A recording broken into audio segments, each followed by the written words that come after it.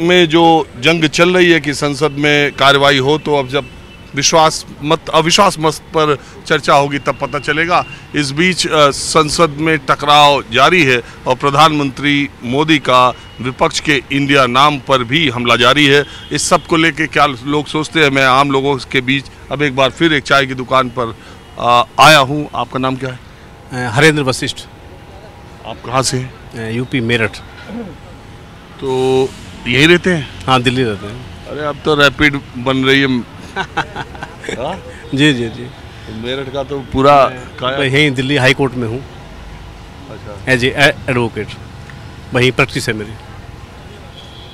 अच्छा, तो वकील साहब, आपको क्या लग रहा है कि ये मणिपुर और ये विपक्ष इस संसद में किसका मुकदमा भारी है?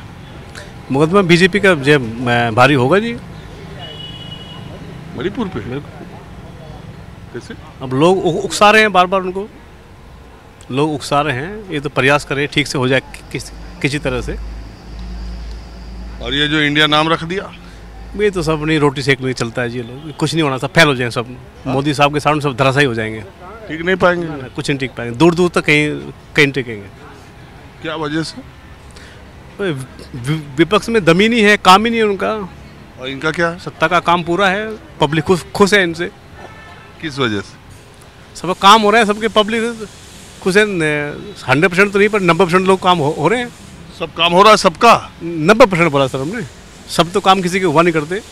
रामराज में भी कमियां थी और थोड़ी बहुत कमी एडजस्टमेंट। तो लोग कह रहे हैं कि अधिकार, ये तो बगल में मैदान ही खाली हो गया, अभी इतने लोग बैठे।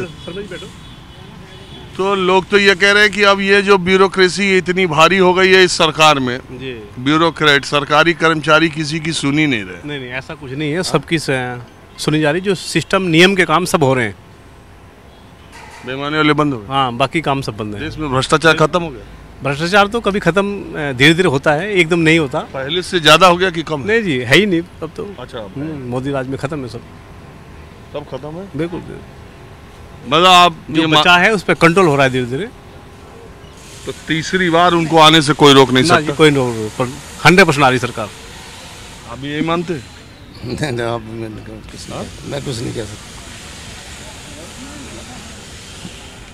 मैं कुछ नहीं कह सकता। फिल्म देखते हैं? ना, फिल्म वगैरह मैं नहीं देखता। तो किस चीज़ में इंटरेस्ट है आप? अपने काम में मस्त रहे हैं। अपने काम में मस्त रहते हैं। आप जरा इधर आइए, कुछ लोग बैठे हैं इधर, मैं चर्चा करता हूँ। आप बताओ भैया, क्या नाम है आपका? हरी सिंह गुजर। कहाँ से हैं? मैं राजस्थान से हूँ, दौसा राजस्थान से। वेरी गुड यार। और आप?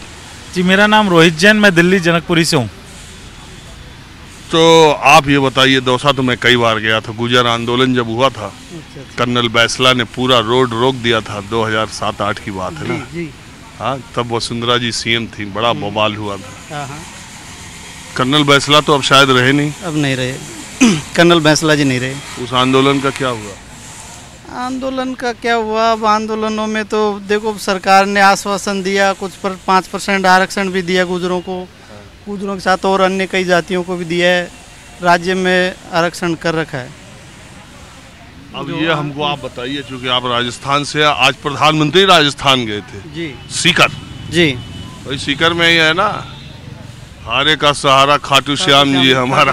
खाटू श्याम जी है, बिल्कुल है। तो आप ये बताइए कि सीकर में गए थे प्रधानमंत्री, उन्होंने गहलोत सरकार पर भी निशाना साधा। गहलोत साहब ने उनके आते ही फिर बोला कि प्रधानमंत्री ये नहीं बोले, ये नहीं बोले, ये नहीं किया। इसके पहले सुबह ही हो गया कि उन्होंने ट्वीट कर दिया कि प्रधानमंत्री जी के कार्यक्रम में 3 मिनट मुझे भी बोलना था, लेकिन उनके कार्यालय ने डिलीट, हमारा टाइम ही खत्म कर दिया। फिर प्रधानमंत्री कार्यालय ने कहा कि नहीं, आपके कार्यालय ने, पहले इसका बहुत विवाद चला। तो जमीन पर कांग्रेस और बीजेपी का मामला राजस्थान में क्या चल रहा है? देखो, राजस्थान में मेरे कहने से तो खैर जमीन पर जो पता लगता अपना है, जो है, देखो हम जो अपना व्यू है उसके अनुसार मैं बताऊं तो लगभग दोनों पार्टियों का ही सम है वर्तमान में, तो बराबर सा ही है।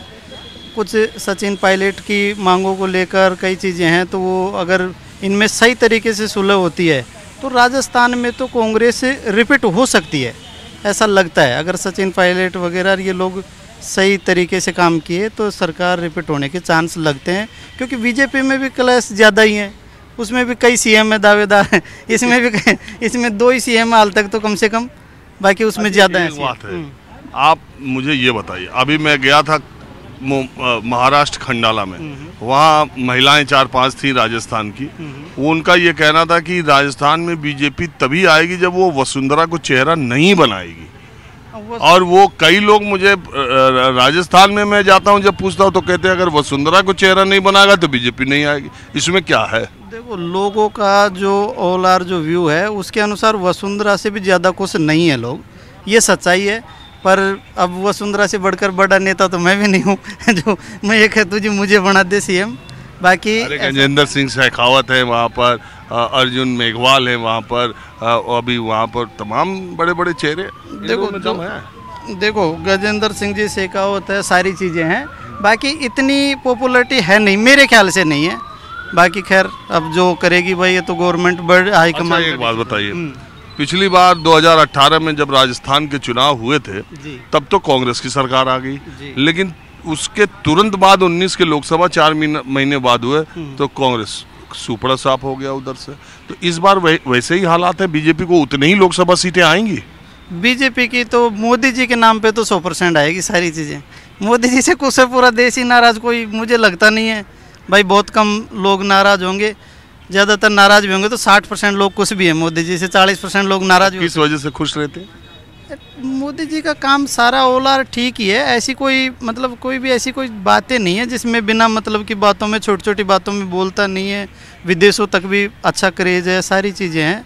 बाकी मोदी जी से तो नहीं बोल रहे, मणिपुर में भी नहीं बोले, मगर कुछ गलत भी तो नहीं बोले, सही गलत या कोई सा भी नहीं बोले। अब जो भी है छोटी छोटी दूसरी चीज, वो तो जो अधिकारी हैं जो वहाँ पे गलत हुआ है औरतों के साथ, उसके लिए तो मोदी जी ने एक्शन करने के लिए बोला ही है ना। वहाँ पे बीजेपी की सरकार है, वो एक्शन लेगी। अब वो तो उसको छोड़ करके पूरा मणिपुर 90 दिनों से जल रहा है भाई साहब। मणिपुर और ईस्ट इंडिया में तो नागालैंड में ये तो पहले से भी कुछ बवाल होते हैं, कांग्रेस के समय से ही वहाँ पे बवाल हो रहे हैं।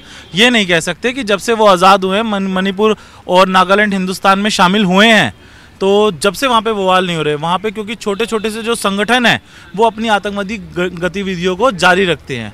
तो ये क्या 9 साल से यहाँ केंद्र में सरकार है, 6 साल से ज़्यादा वहाँ सरकार है, ये सब पीछे ही कब बताते रहेंगे?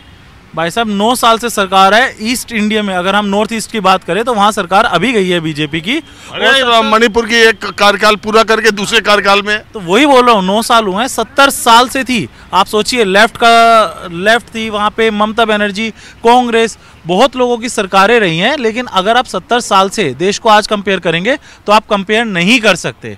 और अभी अगर मैं बात करूं आपको तो जितनी अपनी ऑब्जर्वेशन है, 9 साल में देश ने बहुत तरक्की करी है बीजेपी सरकार में। अगर आप भी मानते हैं कि मोदी जी ही 2024 में आएंगे? खैर इसका ऐलान तो खुद ही कर दिया, 100% आएंगे मोदी जी, 100% आएंगे। थोड़ी बहुत जो सरकार में कमी दिखती है मेरे को, मैं अपनी ऑब्जर्वेशन बता रहा हूँ, वो फाइनेंस मिनिस्ट्री में दिखती है। अदरवाइज ओवरऑल जो सरकार है वो बहुत बेस्ट सरकार है। जो फाइनेंशियल डिसीजंस हैं उनमें कई बार ऐसा लगता है एक इनका जो ये इंडिया नाम रखा है विपक्ष ने, वो भी देखो कोई लॉजिक नहीं बनता, वो कोई लॉजिक किसी चीज का नहीं बनता। चलो अब समय हो गया भाई, समय हो गया राजस्थानी भाई।